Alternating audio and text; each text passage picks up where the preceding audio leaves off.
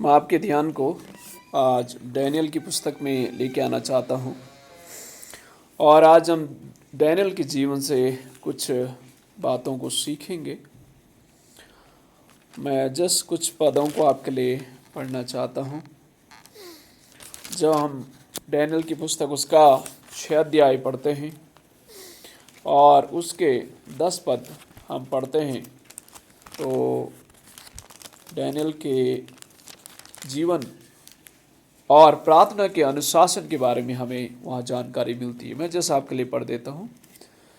जब डैनियल को मालूम हुआ कि उस पत्र पर हस्ताक्षर किया गया है, तब वह अपने घर में गया, जिसकी उपरौठी कोठरी की खिड़कियाँ यरूशलेम की ओर खुली रहती थी, और अपनी रीति के अनुसार जैसा वह दिन में 3 बार अपने परमेश्वर के सामने घुटने टेक कर प्रार्थना और धन्यवाद करता था, वैसा ही तब भी करता रहा। प्रभु अपने वचन के द्वारा हमें सिखाएं, यीशु के नाम में, आमीन। डैनियल नबी के बारे में जब आप पढ़ते हैं और इस पुस्तक का वर्णन जब इतिहास में आप जाते हैं, तो ये पुस्तक जो है 530 बीसी में लिखी गई थी। और उस समय जो है नबूकदनेस्सर राजा के समय में डैनियल को और डैनियल के साथ और अन्य लोगों को बेबीलोन की गुलामी में लाया गया था। और बेबीलोन में ये लोग रह रहे थे। फलस्तीन देश से लेकर के इन लोगों को गुलामी में बेबीलोन में रखा गया। और बेबीलोन में उस समय एक मूर्ति पूजक राजा था जो यहूदियों को बहुत बुरी तरह सता रहा था और उनका दमन कर रहा था। और ऐसी परिस्थिति में, इस समय में, इस गुलामी में, बेबीलोन की गुलामी में, और मूर्ति पूजक जो राजा है, जो यहूदियों का बहुत ही बड़ा शत्रु था, उन्हें सता रहा था, ऐसी परिस्थिति में ये जवान लड़का डैनियल और उसके मित्र जो हैं बेबीलोन में आते हैं। और इनका परिचय हमें 1 अध्याय में मिलता है कि नबूकदनेस्सर राजा ने जो है एक आदेश दिया था। 1 अध्याय उसका पहला पद से मैं पढ़ रहा हूं ताकि इसका एक परिचय हमें मिले। यहूदा के राजा यहोयाकीम के राज्य के 3रे वर्ष में बेबीलोन के राजा नबूकदनेस्सर ने यरूशलेम पर चढ़ाई करके उसको घेर लिया। नबूकदनेस्सर वो राजा था जो मूर्ति पूजक था और जिसने यहूदा के राजा यहोयाकीम को और उसकी प्रजा को बेबीलोन की गुलामी में लेकर के आया। और ये जो है नबूकदनेस्सर जो है एक मूर्ति पूजक था और यहूदियों का बहुत बड़ा शत्रु था और उन्हें सताता था, उनका दमन करता था। ऐसी समय में डैनियल जवान जो है यहाँ पर बेबीलोन की गुलामी में आता है। वचन 2 कहता है, तब परमेश्वर ने यहूदा के राजा यहोयाकीम को परमेश्वर के भवन के कई पात्रों सहित उसके हाथ में कर दिया, और उसने उन पात्रों को सिन्नार देश में अपने देवता के मंदिर में ले जाकर अपने देवता के भंडार में रख दिया। किसने? नबूकदनेस्सर ने। यरूशलेम में जो वहाँ पर मंदिर में जो पात्र थे रखे हुए, उनको भी लेकर के आया, वहाँ के जवानों को भी लेकर के आया और उन्हें बेबीलोन में उन्हें रख दिया। और एक निर्देश नबूकदनेस्सर राजा जो है अपने कुछ अधिकारियों को देता है। 2 वचन कहता है, तब उस राजा ने अपने खोजों के प्रधान अस्पनज को आज्ञा दी कि इजरायली राज पुरुषों और प्रतिष्ठित पुरुषों में से ऐसे कई जवानों को ले आ जो निर्दोष, सुंदर, सब प्रकार की बुद्धि में प्रवीण और ज्ञान में निपुण और विद्वान और राज मंदिर में हाजिर रहने के योग्य हों और उन्हें कसदियों के शास्त्र और भाषा की शिक्षा दें। राजा ने आज्ञा दी कि उनके भोजन और पीने के दाखमधु में से उन्हें प्रतिदिन खाने पीने को दिया जाए। इस प्रकार 3 वर्ष तक उनका पालन पोषण होता रहे। तब उसके बाद वे राजा के सामने हाजिर किए जाएं। उनमें यहूदा की संतान से चुने हुए डैनियल, हनन्याह, मिशाएल, अजरिया नामक यहूदी थे। ओके, इसका बैकग्राउंड हमें जानकारी मिल गई कि डैनियल, शद्रक, मेशक, अबेदनगो कैसे जो है बेबीलोन में आए, कैसे वो पहुंचने का एक ही रास्ता जो हमें यहाँ जानकारी इतिहास में मिलती है और इस पुस्तक में मिलती है, उन्हें यहूदा से बेबीलोन में लाया गया। और ये जवान जो है एक अच्छे परिवार से थे, ये राज परिवार से थे, क्योंकि जैसे नबूकदनेस्सर आदेश देता कि वो ऐसे इजरायली जो पुरुष है राजपुत्रों में से होने चाहिए। डैनियल के बारे में जब आप पढ़ते हैं तो कहा जाता है, इतिहास बताता है कि डैनियल जो है, इवन जो दाऊद है, दाऊद के वंश से था। उसकी दाऊद की एक पत्नी थी अबीगैल जो थी, उसी वंश से उसी का पुत्र डैनियल था। और ये डैनियल जो है एक राज परिवार से बिलोंग करता था। और डैनियल जो है वो दिखने में भी सुंदर था, बुद्धिमान भी था, ज्ञानवान भी था। और इनको बेबीलोन में रह करके बेबीलोन की शिक्षाएं, वहाँ की शास्त्र की शिक्षाएं 3 वर्ष तक दी गई, ताकि आने वाले 3 वर्ष की ट्रेनिंग के साथ प्रोफेशनली वो राजा के राजमहल में एक अधिकारी के रूप में कार्यरत किए जाएं और उन्हें वहाँ पर अपॉइंटमेंट दिया जाएगा। और इस ट्रेनिंग को डैनियल और उसके मित्र बड़ी अनुशासन के साथ करते हैं। 8 वचन में जब आप पढ़ते हैं, लिखा है, परंतु डैनियल ने अपने मन में ठान लिया कि वह राजा का भोजन खाकर और उसके पीने का दाखमधु पीकर अपवित्र ना होए। फिर जब आगे आप पढ़ते हैं तो डैनियल एक विनती करता है, वहाँ के जो अधिकारी होते हैं उनके ऊपर जो रखा हुआ अधिकारी हुआ करता है, उसके ऊपर रखा जाता जो अधिकारी है, खोजे का अधिकारी, उससे विनती करता है डैनियल और उसकी विनती को स्वीकार करता है। 9 वचन मिलकर, परमेश्वर ने खोजे के प्रधान के मन में डैनियल के प्रति कृपा और दया भर दी। ये सारे बैकग्राउंड जब आप पढ़ेंगे तो एक चीज हमें निश्चित यहाँ पर सीख सकते हैं, डैनियल जो है एक अनुशासित व्यक्ति था। डैनियल भले गुलामी में रह रहा था, हालांकि ट्रेनिंग में था, पर डैनियल के जीवन में एक संस्कार, एक शिक्षा जो है, डैनियल की जो परवरिश जो है उसके परिवार से उसे मिली थी।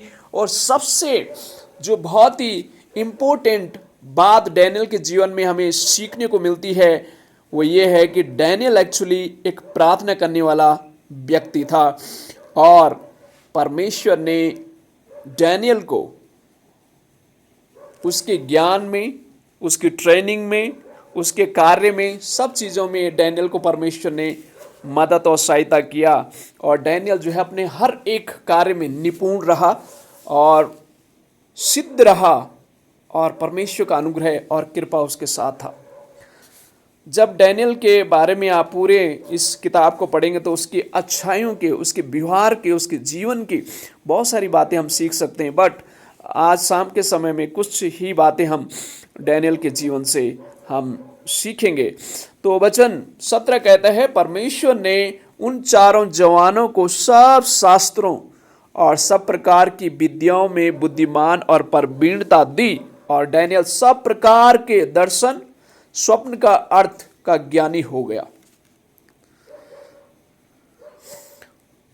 जब नीचे के पदों को आप पढ़ते हैं, 20 वचन लिखा है, बुद्धि और हर प्रकार की समझ के विषय में जो कुछ राजा उनसे पूछता था उसमें वे राज्य भर के सब ज्योतिषियों, तांत्रियों से 10 गुणे निपुण ठहरते थे। मैं कुछ बातें हैं जैसे आपके बीच में डैनियल के जीवन से रखता हूँ। पहली बात जो आप मैं सीख सकते हैं, डैनियल हालांकि गुलामी में रह रहा था, हालांकि जब आगे आप उसके जीवन के बारे में पढ़ते हैं तो राजा ने उसे अच्छा पद अधिकार दिया और राजा का एडवाइज़र भी था।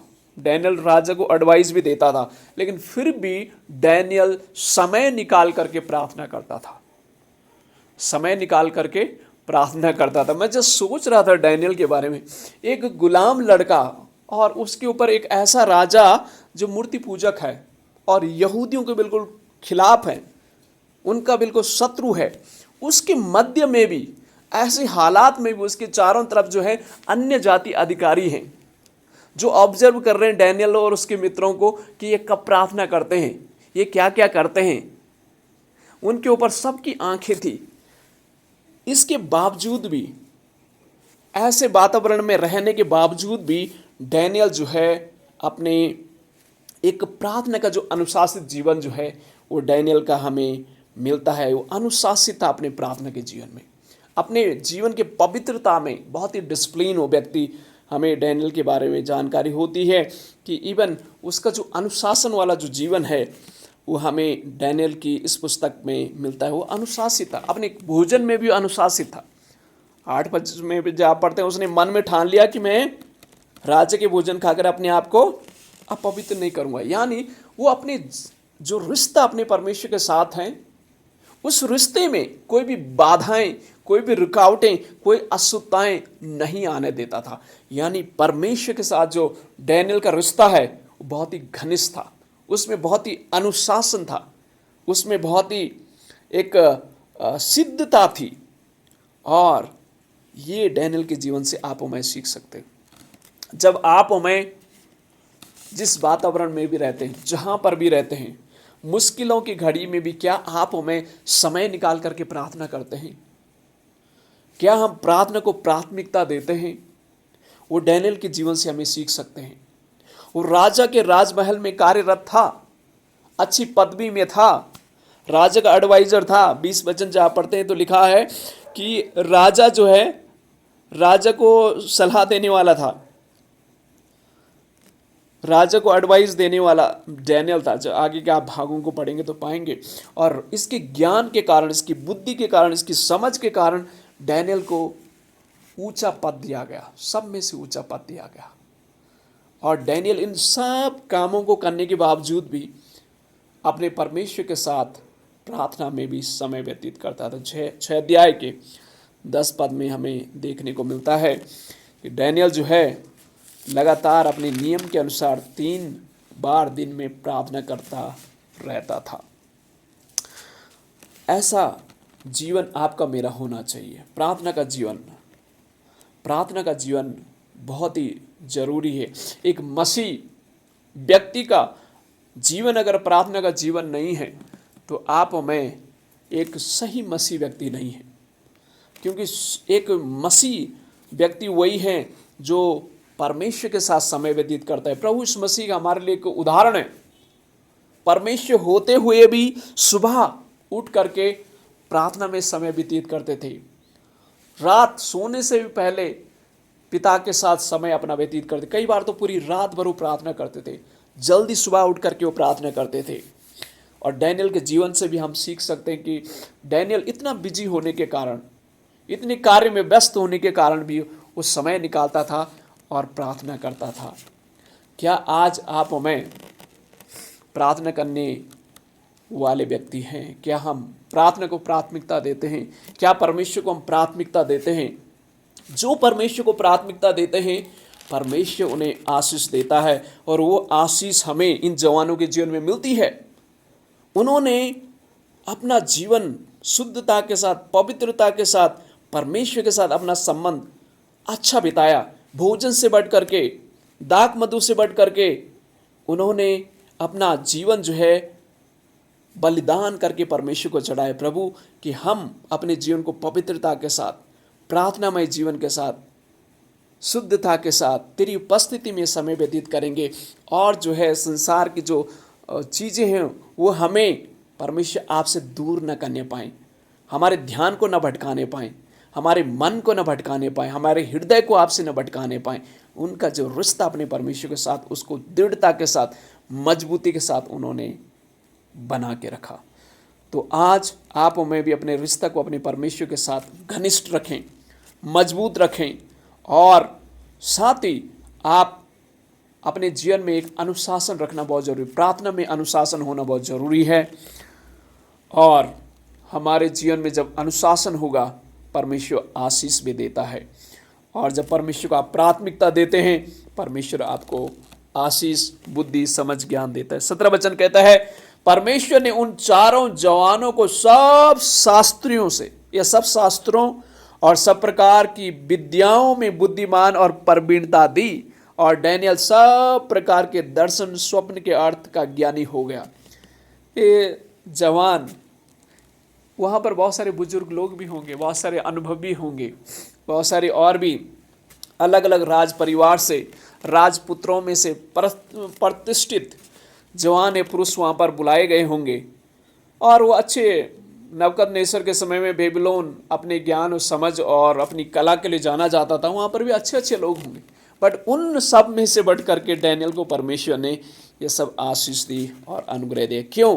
क्योंकि उसने परमेश्वर को प्राथमिकता दी। और जब आप परमेश्वर को प्राथमिकता देते हैं, परमेश्वर आपको, मुझे भी प्राथमिकता देता है और आशीष देता है। 20 वचन कहता है, बुद्धि और हर प्रकार की समझ के विषय में जो कुछ राजा उनसे पूछता था, उसमें वह राज्य भर के सब ज्योतिषियों, तंत्रियों से 10 गुणे निपुण ठहरते थे।